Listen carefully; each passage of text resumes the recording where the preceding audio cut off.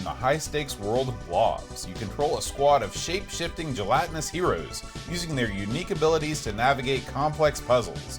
It's definitely nothing like Lemmings. Plus, we've got a boatload of Amiga news and community updates, all hot off the press on Amigos, everything Amiga.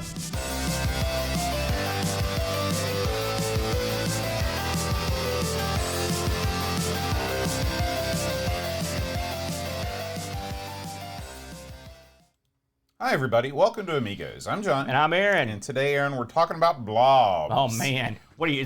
Are you bad mouthing me, bud? Listen, there's nothing wrong with being a blob. Oh well, I mean it's not great for your health. That's the bad part. Otherwise, it's great. It's awesome. You know, it's. Do you ever take offense as a larger fellow whenever bad guys are personified on TV as being sort of blob-like? What really gets me is when they're bald. You should be offended too. Like all the bad guys are bald. Yeah, like they're Dr. not all Evil. fat, but some of them are, like the Kingpin. Right. But when they're bald, it gets because I mean you can lose weight. Right. It is much more difficult to grow hair. That's true. You know what I'm saying? That's so true. yeah, that does irritate me more. But yeah, I mean, what are you gonna do? Do you have who's your favorite type of bad guy? Crazy guy, I think.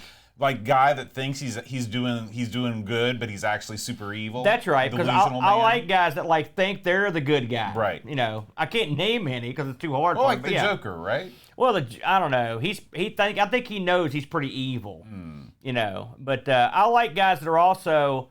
I mean, it's just like real life. Even like when there's a war or something, it's not like one side's like I'm going to be evil, like the Nazis or wherever. They're not. It's just they're doing what they think's right, and then they go to work. That's the right. way it is. That's right. Speaking of go to work, Aaron, let's go to work on Blobz. Oh man, no screwing around today.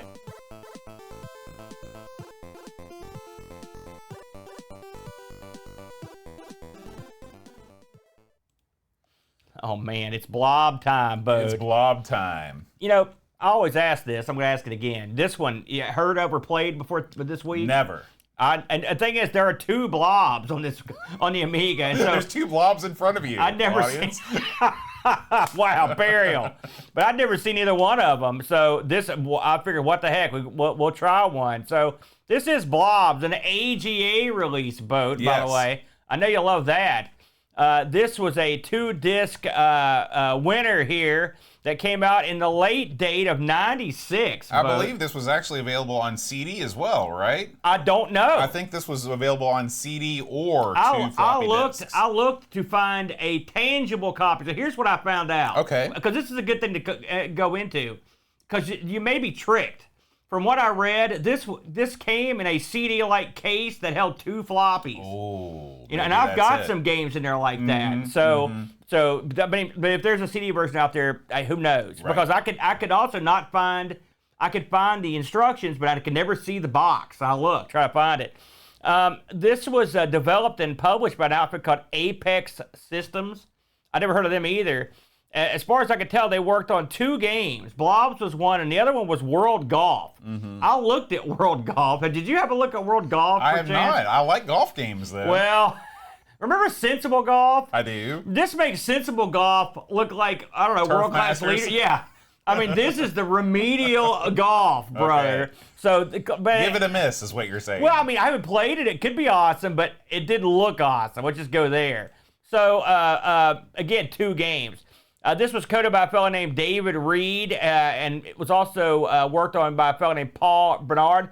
And these guys never did anything else on the Amiga as far as I could tell. Now, I looked this up, and I did find that these guys worked on another game, but I'm not sure if it came out on the Amiga or not. Both these guys, they were a team. All right. They worked on a game called Super Balls. Was there a Z in there, perchance? You aren't kidding, brother.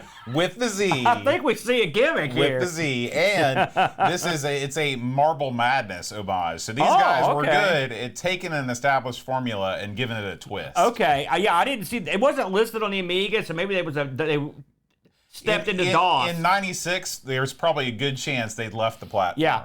I will say there's a nice message at the beginning of this where they thank a bunch of people. They talk about how they made the game. They used Blitz Basic, Amy Basic, Deluxe Paint. You know, all the stuff you would expect to work on this. And the funny thing is, for a game like this, And this was, I mean, a lot of people don't realize this. This was a commercial release, by the way.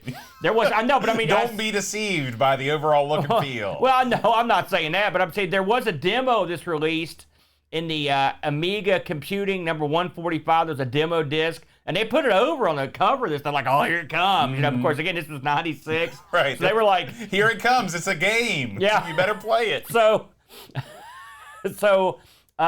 when the thing comes up, it's got a jaunty little tune. It's got a ray traced logo, and it gives you options, certain options. Could I read to you some Blobz lore? Please, lore us up. This comes from the back of the case. You mean? Yes. Okay. Here we go. The Blob. A strange creature which seems to have no purpose in life. Are you getting excited to play this game? This is like, I think I wrote this about myself. Typically, these curious beasts survive in small packs of around 6 blobs. That's oddly specific. And apparently have no need for food or water. Well, there's me out. Despite this, they are very active creatures and are rarely seen motionless. Blobs, although quite rare, have been sighted in parts of Egypt, mountainous areas, and have even been reported to exist in space. This is an extract from the Reed and Bernard book of dodgy-looking facts. Yes, I love that. I love that. You should mention, by the way, what else is on the back cover? There's an advertisement for World Golf. That's right. That's right. That's right. So, Boat, you know, when the screen comes up, it gives you your options. The options are, you know, they're not a ton of options. What I'm let you type in a code to skip levels. Yeah. Stuff like turn the music and sound on and off. You can start a custom mission if you've created one in the level editor. You can enter a level code, turn the music and speech on and off, or you can get out. You can get out. So, Bo, you're a cunning linguist. How would you describe to the people what is the overarching game of Blobz? What are you doing here? And does it remind you of anything? Well, you are sort of the controller of these blobs, and these blobs are turned loose upon a world. They actually teleport in and out of stages. So you teleport in. Your blobs are teleported in. It's your job to guide them to the exit. If you've ever played a minor hit on the Amiga, Lemmings, you know, I know that Blobz sort of overshadowed it with its release, but you might remember that there was a game before Blobz called Lemmings. It's very, very similar. Yes, it's very similar. Your blobs have abilities, and I'm sure you're going to go into the abilities, but the long and short of it is that you are trying to guide the blobs from one location on the stage to another. I will say, the first thing that struck me as interesting is this has an overworld map. Yep. And the levels are set up on this overworld map and will allow you to take different branching paths to the end of the level, which is good. It's cool. I like that. I like that. That's something you don't get in Lemmings. And listen, we're going to be comparing this a lot to Lemmings, okay? But I mean, they are very similar, but they're very different as well, you know, depending on what the gameplay. When the game comes up, like I said, you get the music I thought was pretty darn good, professional sounding. And when the game comes up with the overworld map, it's pretty generic looking, just cubes. It looks like something like Pingo or something. But then the game itself, it starts you with a map of the entire level. And it sort of goes into widescreen mode because a lot of this is a it's a scrolling world. The world, just like in Lemmings, again, as you move towards at the edge of the screen, you can actually mouse over and you can see more of the landscape. But you get a nice overall look, and I think this is one of the advantages. Maybe this is something that could only be done in AGA because it's very detailed. Yeah, and I will say, when this comes up, the graphics on this are very pleasant. The colors change depending on what world you're on. Now, you know, they're pretty much, the graphics are the graphics as you go through each world. And it's not like there's a radical change in between worlds, but they are pleasant. They do not look amateurish. They look fine. The blobs are tiny, but they look fine. They don't have the personality of the Lemmings, I don't think, but they're okay. They're not, you know, they look a lot like your little friend in Super Frog. That's right. You can toss. They do look like that guy. I think his name is like Spuddo or something. Yeah, man, I never thought about that, but you're right. They're only a little thinner. So this game, unlike Lemmings, well, I mean, exactly like Lemmings, at the bottom of the screen, there'll be lit up areas that will let you change what the various blobs can do. So on the first level, for example, you've got one ability, which is to make the blobs jump. And so when you move your mouse cursor over the blob, hit the button, he'll jump. He's got a good jump too, doesn't he? And you need it because one of the first failings of this game is making the first level too difficult. Well, let me give you a rundown of the skills here, Aaron, okay? The first skill is called turn around. Yeah. That's right, folks. There's a skill that you can make your blob turn around. And you'll use that one a lot. And in Lemmings, this was accomplished by using the blocker. Yeah. The blocker, but you had to sacrifice a lemming to be the blocker. In this game, you actually just click on the lemming, or you click on the blob and it turns around. Okay, you talked about the jump. Okay, there's the jetpack. Okay, the jetpack basically is a longer jump. Right. You'd think that one like a jetpack would be cool. Like you click on it, you hold the mouse button down, you can zoom around the level. That's not how it works. That's worms. Yeah, that's worms. You've got the chomper. Okay, the chomper turns your blob into a guy with big jaws. He can chomp his way horizontally through the landscape. You've got the driller. The driller drills down, straight down into the level. You've got your Plastic Man accessory, the extender, lets you stretch it way, way out. Yeah. Wasn't that his name from the comics? Yeah, Plastic Man. Plastic Man. Oh, yeah, he was a guy. And then in this game, much like Supercars 2, you have weapons. The weapons don't make any sense. You've got horizontal missile and vertical missile. I mean, you have to use them, but it is odd. Yeah. So, I mean, that's it. That's all the weapons. And some of those I didn't get to. There was one type of missile there I didn't get to a place where I get to use it. But like I said, getting back to the first level, it's a set of 3 jumps. This has way less blobs than Lemmings. Yeah, at the most I think I ever had was like maybe 6 or 8. Yeah, six. Yeah. In fact, it even talks about in the level design editor, it says that you want to probably stick to around 6 blobs. If you have an unaccelerated Amiga, if you use more than 8, your Amiga will probably combust. Which is weird because it doesn't seem like that's a huge draw in the system. But what that means is you have to have more survivors, and that's one of the reasons why the turnaround button, because you were going to need the blocker. They don't give you that allowance in this where you can just kill guys left and right. The first level requires you to get every single guy across the leap. And this leap in this first level is not like an easygoing leap. This is like a pixel perfect jump. I was surprised because you actually have to have your cursor off the ledge. Yeah. And as they get ready to take their last step, then you hit it and they'll fly away. That's exactly right. And then there's another level, the first time you get the jetpack, that's even more frustrating where you have to jump across these huge chasms and you're going to have to juggle worms in midair as you go through. There's a lot of mid-air juggling in this game. And so and we'll get to what we don't like, but you can see where we're going.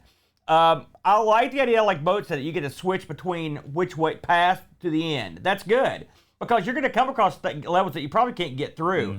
I watched a playthrough of this after I gave up, and that guy gets through without any problem. But even that guy was losing guys occasionally. It's a tough game. I would say this is tougher than Lemmings. Absolutely.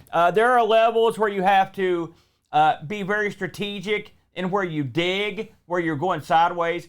Boat mentioned that there are weapons in this.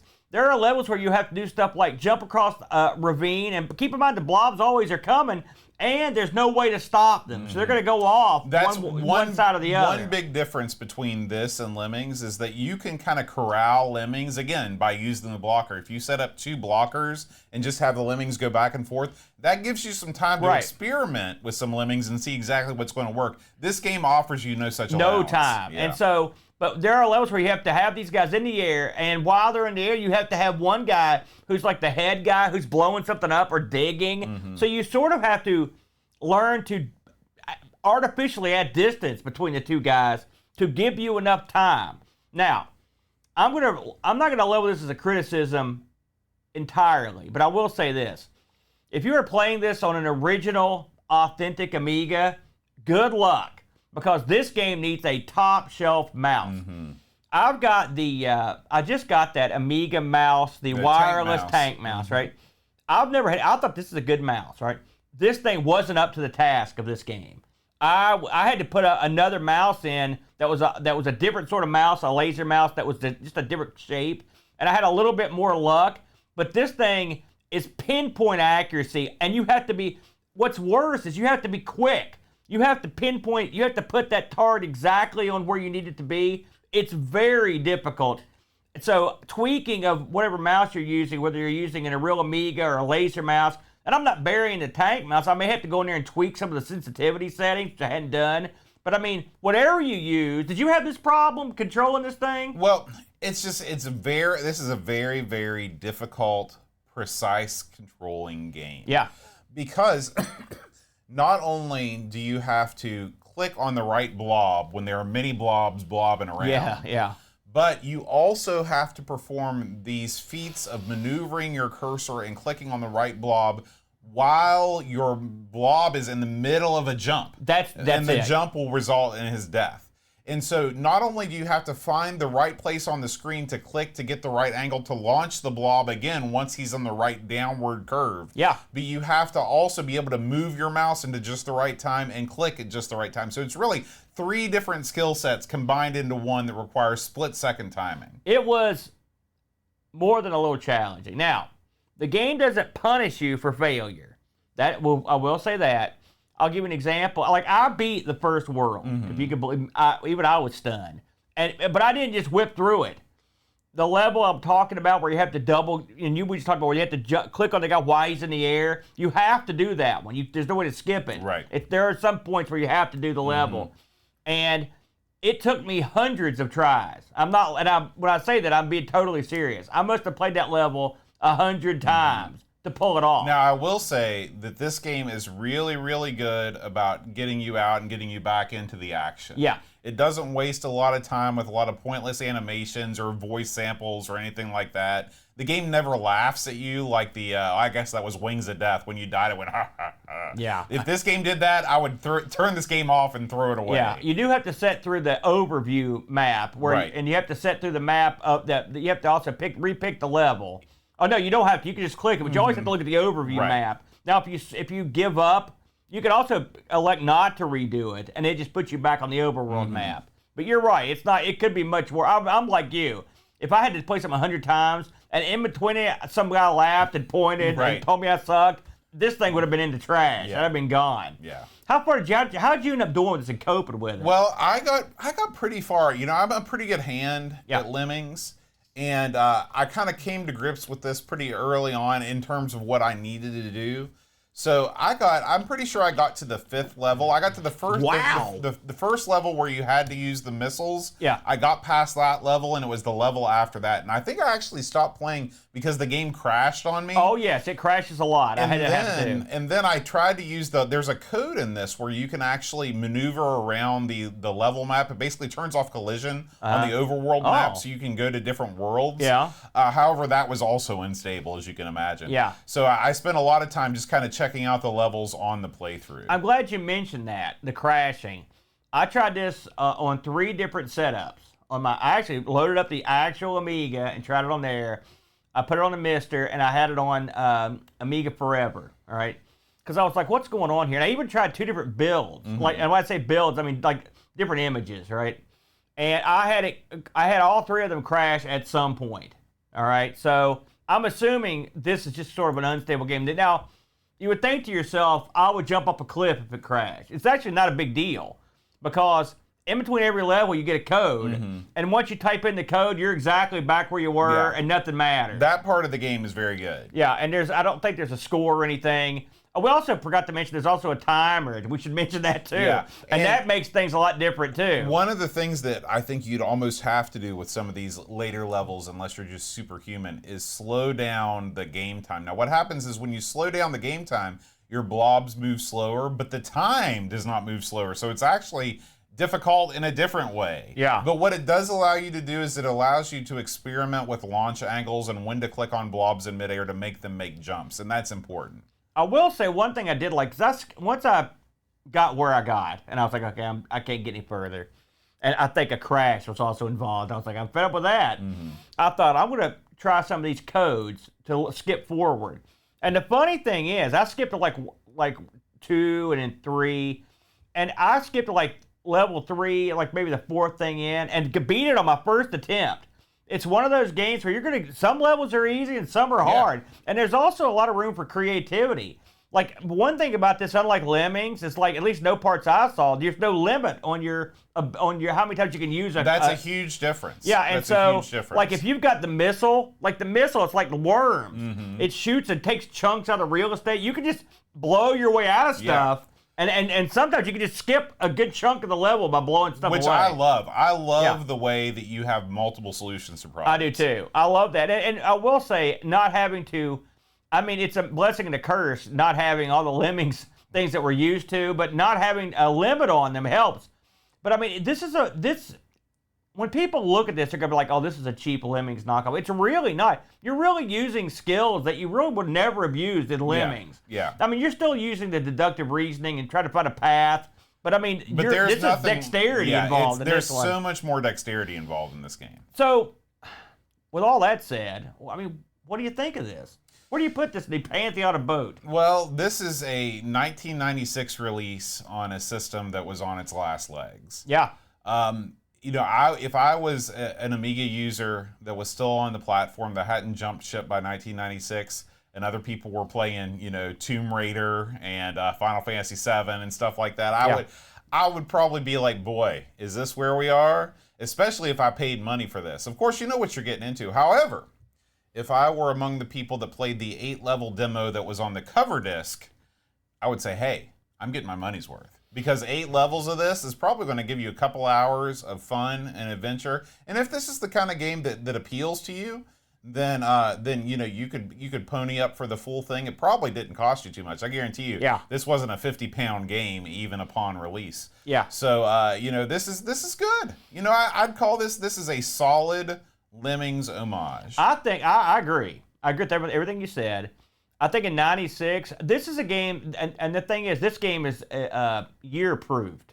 It doesn't matter what year it is. These kind of games can keep, it's like Tetris. And it's a lot like Worms. Worms was released in 1995. Yeah, so. This one's one of those games, and the thing is, they could have phoned in a lot of this, but they didn't.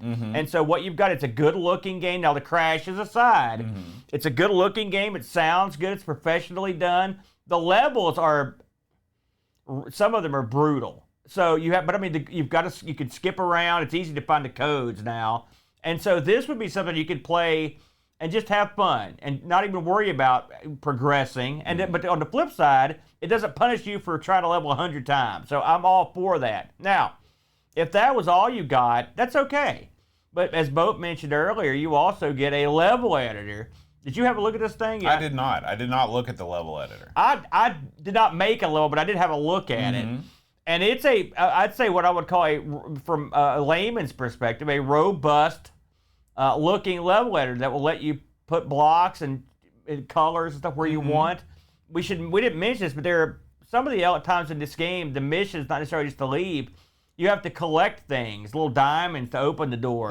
And so the level editor will let you place those. You can be quite clever. I'm sure you can be very clever with that. And this is the sort of thing, and again, I don't know if this kind of thing was available in 1996 or, because whenever I think about this era of level editors and things like that, I think about like old WAD files for Wolfenstein or Doom when people would make their own levels and trade them online. Right. I don't know if that kind of thing was going on with Blobz, but this was a perfect style of game where if you make really cool creative levels and you shared them online, you could achieve some fame. Yeah, I agree. And something else that this does have going for it, you can't play this anywhere else. Like, this is it. And so I'm surprised, to be honest with you, Bo, that this game, I mean, I'd never heard of it. But, I mean, we've played a lot of puzzle games that were far worse than this. Oh, my gosh. Yeah, I'm surprised that this did not get, in the chat, they're talking about this, too. I'm shocked that this did not get a PC release. Yeah. Because this would have done well on the PC. Well, I mean, maybe the team just, I mean, from reading the opening part of this, where they did this all with the various Amiga tools and stuff, maybe they were just some hobbyists. I don't know how easy it is to port from Blitz Basic into whatever PC language it is. The gameplay itself, though, this could have easily worked anywhere that had a mouse, or even a touchscreen. You could have probably done something with it. But I mean, I was surprised because I really was sort of expecting, I don't want to say I was expecting a PD game, but I was expecting something lower end, just because I hadn't heard about it. And I will say something else. We mentioned that this is an AGA release. This isn't a rainbow explosion color overload, and I can't sit here and tell you what they used the AGA for. But it's very tastefully done. I mean, exactly. there's a lot of in-between colors that are used in here. This isn't an AGA nightmare like Trolls or something. You don't have to go nuts. Yeah. All we want, if let's say they used it to put in the background and the ceiling and maybe some shading, that's fine. Yeah. It looks totally fine. Yeah. Could you make this game on any Amiga? Absolutely. And it would just taking a few things out, up in, maybe that might be something somebody could do. So that people, I don't see any reason why an Amiga 500 couldn't play this or Amiga 1000. But as it stands, it's a winner. I really enjoyed it. I did look up to see how the other critics, the people actually did look at this game back in the day. It shows you how strong the Amiga was to still have enough magazines to bother with. Lemon gave this a very respectable 7.46. Amiga Computing, as I mentioned, that ran the demo, they gave us an 81%. Amiga Format a 71, CU Amiga an 82. So, low B, high C, and the average magazine rating 78. I think that's about right. Yeah. Did we get any Discord action on this? We did. Our first review comes from Bumpface Pooh Hands. Of course. Oh, Bumpface. He says, it's 1996. Those of us still hanging on to our Amigas have souped them up with accelerators, hard drives, and CD-ROMs, and the latest commercial release on Amiga is a Lemmings clone. And it's not even as good as the seminal 1991 release. I thought this was a PD release at first, so was going to give it a break, but really if you need to see why the Amiga was doomed by this point, this is a good example. Man. Burial. In fairness, it's not a terrible game, but it adds little to the Lemmings formula, and what it does add just makes for a more frustrating game. 2 blobs out of 5. Man, that is a full-on burial. Bumface hated it. I noticed that. Pajako 6502 writes, I'm not afraid of tough games, but I really don't like games that give you no time to accommodate yourself to the controls in game. The first level of Lemmings is impossible to fail unless you try to. The first level of Blobz, you are pretty much guaranteed to fail on your first try with pixel-perfect jumps required or else. I really think the developers of this need to ease you in a bit more, and some of the early level times are brutal. I also found that some abilities were tricky to use because the blob would react where it is and not in the center of your target. And some of the levels sadly require some precision to get your blob in the right place. But that said, when you stop mooning and get on and play it, it is actually quite good. The music is good, the graphics are very tech demo-y, and ultimately it has enough there for you to keep going. Restart times could be quicker though. Definitely not one to play on the couch with the mouse. It ain't Lemmings by a long stretch, but worth checking out. Oh, and bring a swear jar. 7 out of 10. Yeah. That's all you got? That's all I got. I would agree with that for the most part. Here's the way I judge a puzzle game. I got off the first world of this game. It took a while, okay? It took several sessions. But if I can do it, and I mean, in some of the levels that you go on, the backgrounds get a lot more creative and interesting. I think it's a good effort. And yes, it's Lemmings-esque, but it's not a total ripoff. I think there's some fun here to be had. And I should mention that, guess what? Didn't find this on eBay. No trace of this on eBay. It ain't on eBay. So you're not going to be buying this. But you can find it if you look around, if you know what I mean, Bode. I know. That's Blobz for you. Are you a sketchy tech? Do you have the right tools for the job? Have there been incidents? Next time, don't try to fix it yourself. Send your broken Amiga to Retro Rewind. Get a full diagnostic, a reasonable estimate, and the peace of mind knowing that your machine is in the hands of real technicians with decades of experience and cutting-edge repair equipment. Save 10% off your repair with the promo code Amigos10. Thank you to RetroRewind.ca for supporting this episode. Amiga News.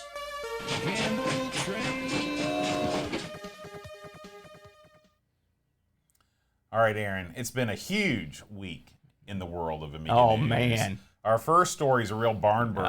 I about fell over when I saw this one. Ras freaking Stan. That's right, it's the best Stan. It could be coming to the Amiga, and according to Indie Retro News, it's looking pretty decent. Yeah. Talk about praise. Yeah, that's as good as it gets. Hey, listen, it could be coming. That's all I can say. Listen, when you talk about arcade ambiance boat, you know, by the way, when we went to the arcade, I loaded this bad boy up and played it, although the joystick was jacked up. Raston's got the tunes that make the girl swoon, if you know what I mean. Good stuff. They make the boys swoon, too. I was never great at this game, but it's a game where you play a big lug, you murder blizzards and freaks. It's very Sodanish. Well, listen, let's not get crazy. But it's like if Sodan, it's got better music than Sodan. But I do like this. It's a lot of fun. It gets brutally hard. It starts off hard, and then that's the warm-up for ultra hard. But much like a lot of the other games we've seen cover the Amiga that I suck at least this one is what I really enjoy. Yeah. So I'm dying. When I saw this was coming, I was like, oh, man, now, Katie barred the door. Does this look pretty good in terms of the graphics? Does it look pretty much like the arcade version? Oh, yeah, it looks great. Awesome. I'm super excited for this one, Bode. All right. Man, I love all these arcade ports, but yeah, bring them. Holy bring smokes, them yeah, all. keep those coming, man. Speaking of arcade ports, Aaron, another Street Fighter project has made an appearance using the Scorpion engine for the Amiga 500. This one was far more baffling to me because Street Fighter 1 is notoriously hated right. By everyone, but maybe I don't know what they had in mind on this release. Well, I think, since Street Fighter 2 has been so, there's already a tech demo for Street Fighter 2 floating around out there on the Amiga. Maybe they thought, hey, it's time for Street Fighter 1 to get a little love. Well, hey, good luck.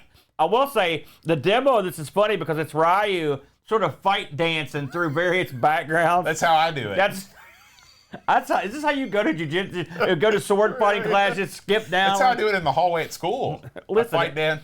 If I could wear a gi full time, that's the way I would walk 24/7. So I don't blame Ryu for that. There's a lot of dead time in this demo, but you do get to see some of the backgrounds and some of the work that they've done. It looks pretty good. Don't get me wrong. Hey, listen, Street Fighter kicked off the ship that saved the arcades for a while, so you have to give it at least some dap.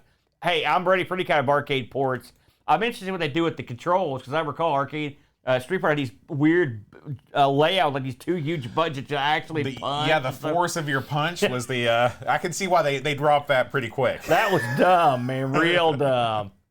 Now, Aaron, this next story is a little bit technical, but I thought we should touch on it a little bit. This is what I was talking about. Somebody has actually reverse engineered the Mega Drive version of Speedball 2. Okay? Yeah. Now, why would you do this? Well, I don't know. The reason why is because you can learn about how the Amiga code has not been reverse engineered, but because the code blocks are so similar with the 268,000 machines, you can see a lot of the tricks that the Bitmap brothers were able to use to make this game sing. So just some of the examples, he says it uses the copper for scrolling and palette management, uses the blitter to render sprites, it uses the CIA. Well, a lot of this stuff just seems like it's common knowledge. I don't know why he did this. You don't know any of this. Well, yeah. Who doesn't know the blitter is used to render sprites? You have a famous line where you don't know what that stuff even is. Well, the blitter is what I use to mix up my smoothies. Oh, give me a break. Yeah. I wonder, as we read this, I watched a show earlier, we were talking about it, where a guy was basically examining ColecoVision games, the first run of the games that were released for it, to see if they were made with Pascal. All right, now on the surface, this seems boring and weird, and it was, but it was still neat, and they were, by the way.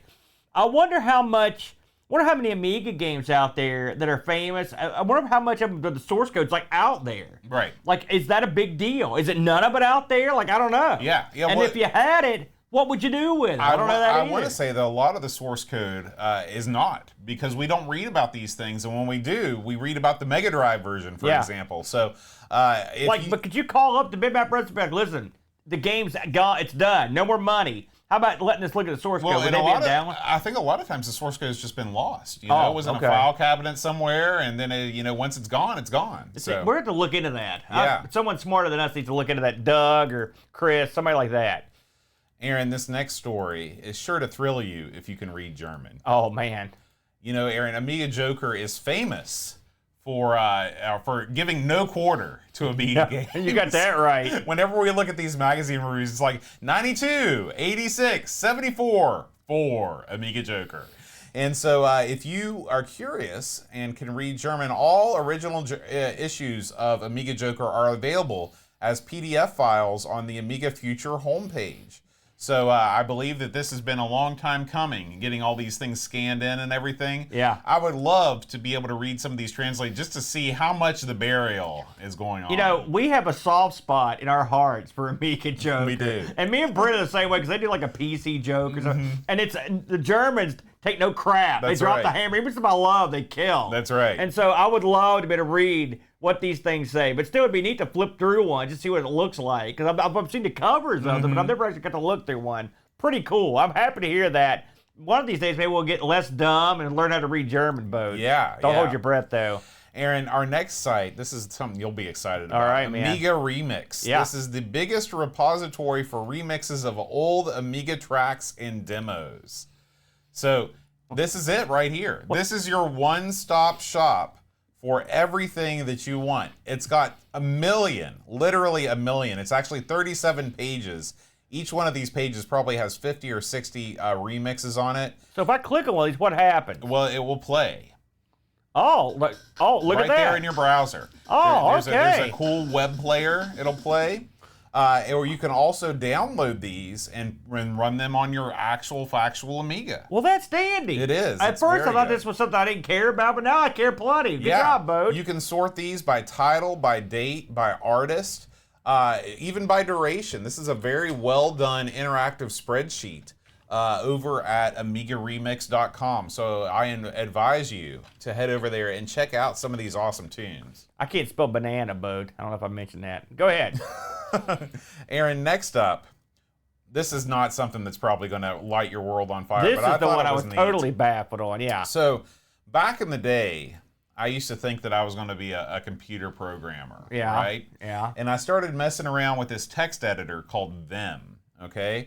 Everybody that I knew that was into coding was like, man, you got to use Vim. It's what the real guys use, Yeah. okay? And Vim is a lot like typing on the ZX Spectrum. You know, when you type commands on the ZX Spectrum, you don't type load. You hit Command-Shift-J-R, and that gives you the load command. And then after you type for 3 minutes, you give up because it's too hard. That's right. Yeah. That's what Vim is.